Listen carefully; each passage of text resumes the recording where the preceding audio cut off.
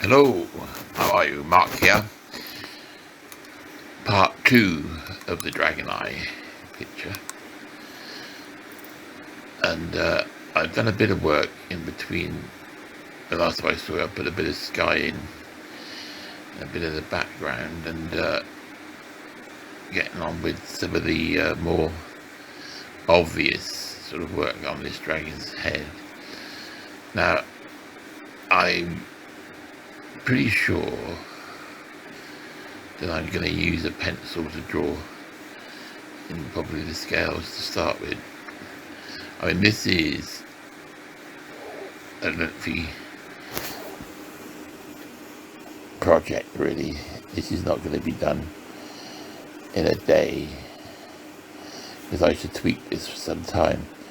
That's the nature of this kind of painting, because I should probably turn this also into a greeting card when it's finished. But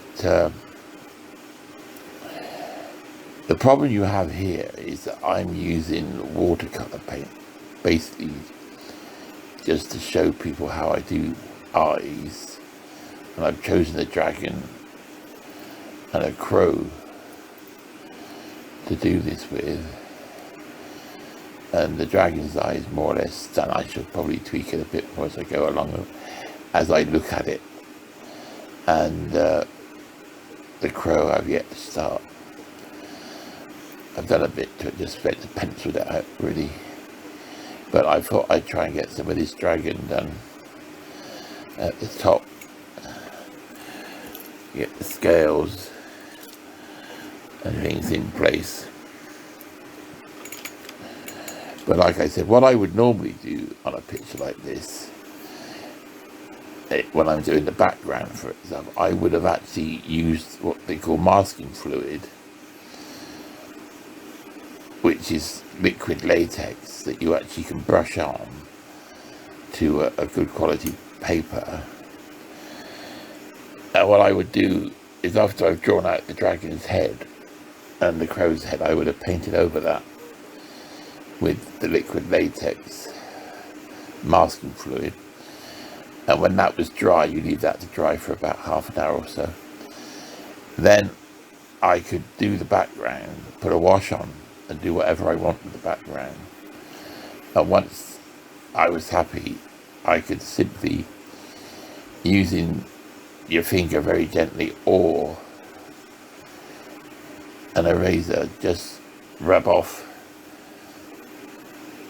the masking fluid, and you'd find that the actual picture of the head and everything would be there completely free of paint, and then you can actually start painting. And that's how these artists actually get these really nice clean edges on these backgrounds. But I'm pretty sure I've got some still in the back room. I haven't used it for a while because I haven't really had cause to. But it's definitely a useful piece of kit. But it like I say, you want to use it, because otherwise it just goes off in the jar, basically, because it is liquid latex and it will set. So that is how I would approach that problem.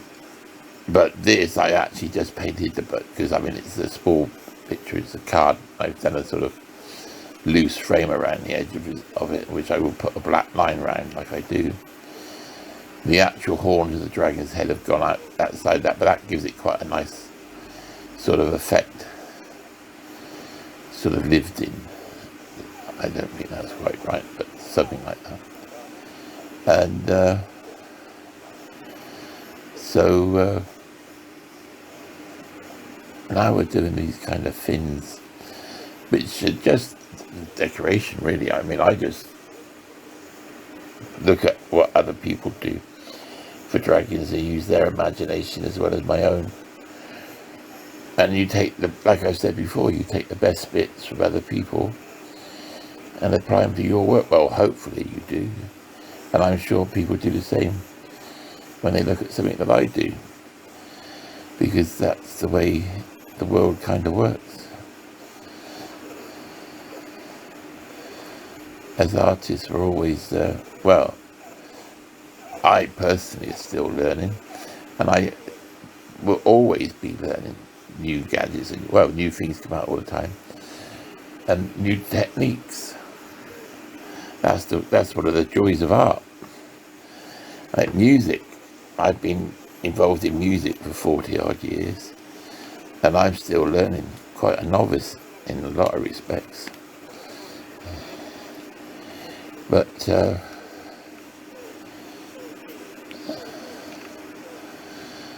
what I've done here is some mountains are going to be in the distance, just the tips of the mountain. I haven't quite decided what I'm going to put around the crow yet. Probably some of the, I quite like the deadly nightshade plant. It's always quite good, the flowers and the leaves.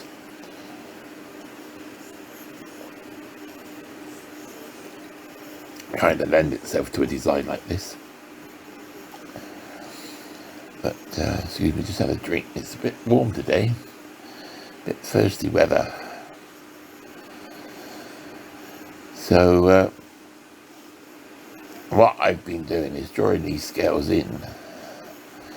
They're quite small scales on this particular dragon, and as you can see, I'm sort of adding a bit of white.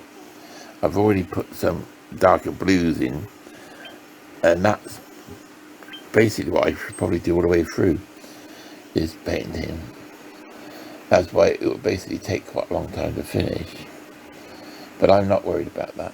It takes as long as it takes. That's the way it works, and you just got to try and get it right and finish at the right time, because you can overcook a painting pretty much like you can do to a cake if you're baking it.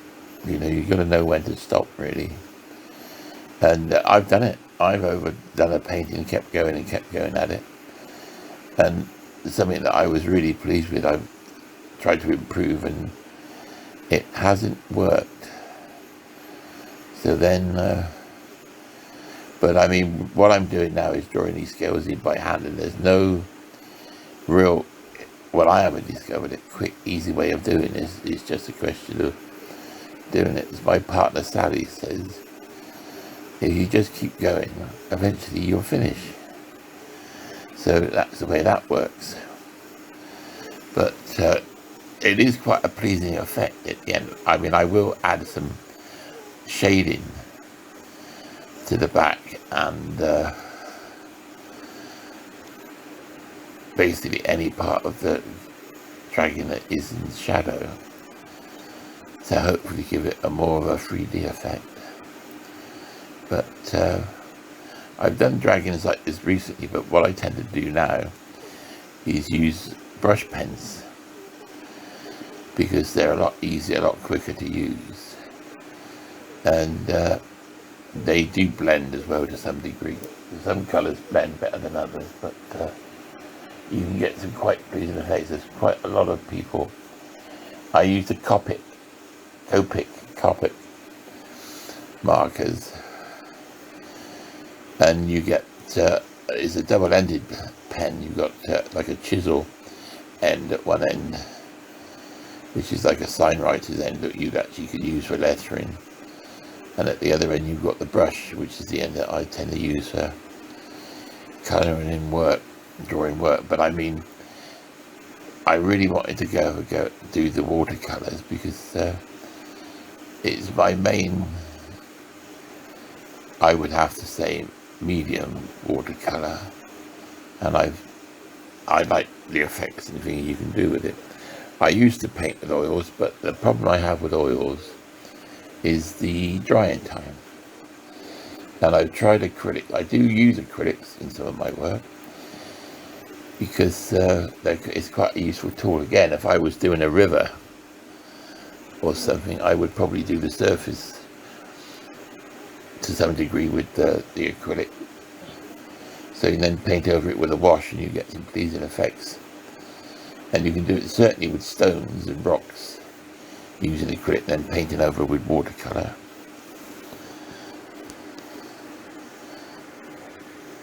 So that could always be quite a sort of a handy thing to do.